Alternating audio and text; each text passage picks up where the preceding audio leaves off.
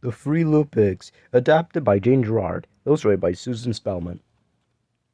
Once there was a mother pig who told her three little pigs that it was now time for them to seek their fortunes. She warned them that each one must build a house to keep himself safe.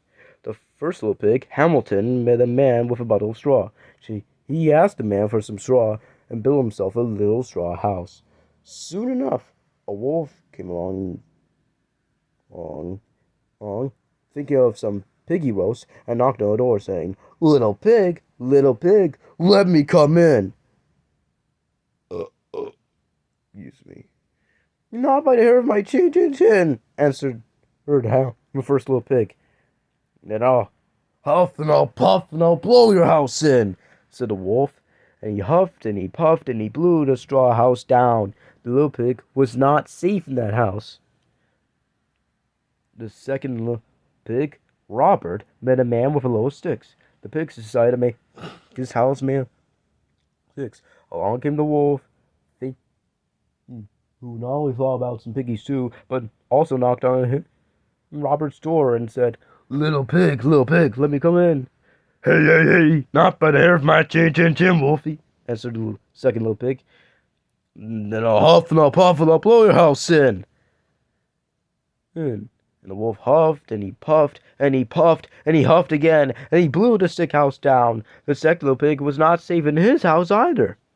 The third little pig, Gilbert, met a man with a load of bricks. He asked for some bricks and built a sturdy little house. Soon the big bad wolf came knocking at his door, saying, little pig, let me come in."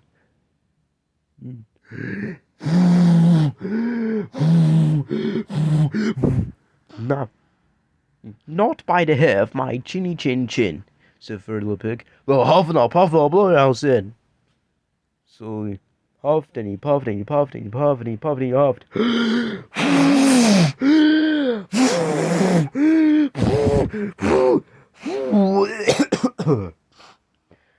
But he could not blow down the brick house.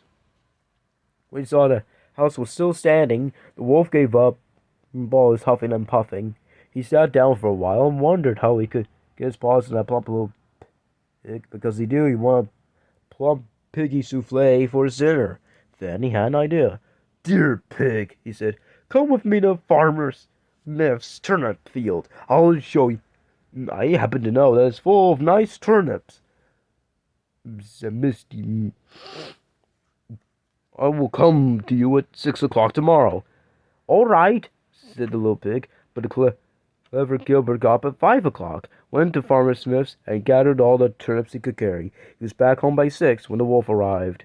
The wolf was very angry when he discovered that he had been tricked, but he did not show it. Instead, he said politely, "Friend Pig, I know of a lovely apple tree just up the hill. Its branches are heavy with ripe, delicious apples at the shade at Windy Hill. I'll come to you at 5 o'clock tomorrow." "You must wait for me." You must wait for me." Of course, the first little pig had a better idea. He woke up at 4 o'clock, hurried off to pick his apples, hoping to return before the wolf came. But this time he had to climb a tree, and it was not easy to climb back down. When the wolf arrived at the little pig's house, he was very angry to discover he had been tricked once again.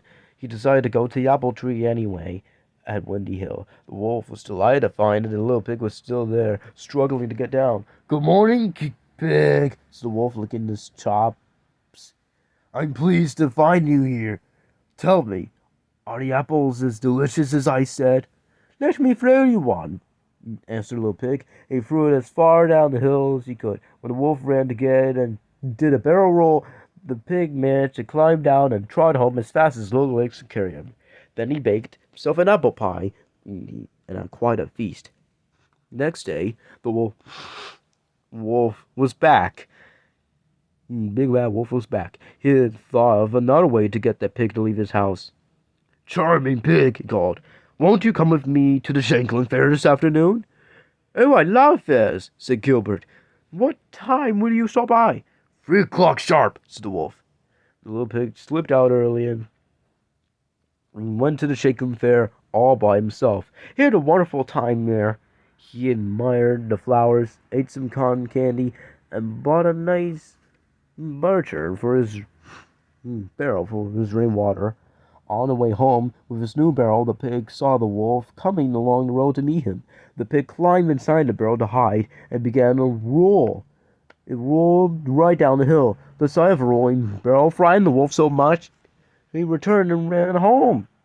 The big bad wolf came to the little pig's house later that day and told him how frightened he had been by the strange thing he had seen. The little pig laughed and said it had only been a barrel. The pig himself had been inside it. The big bad wolf did not like being laughed at, and he was getting very hungry. No little pig was going to see how his dinner, or taste a silly apple, or make some turnips. Pig, he said, I'm tired of your tricks. The time has come to eat you up. Because he could not huff and puff and blow that stray house down, crafty wolf, climbed onto the roof of the little pig's brick house. He shouted down the chimney, little pig, I'm coming in. When he heard this, the little pig hung a big pot of water over the fire. The big bad wolf came down the chimney and fell right into the boiling water. And that was the end of the big bad wolf. The end.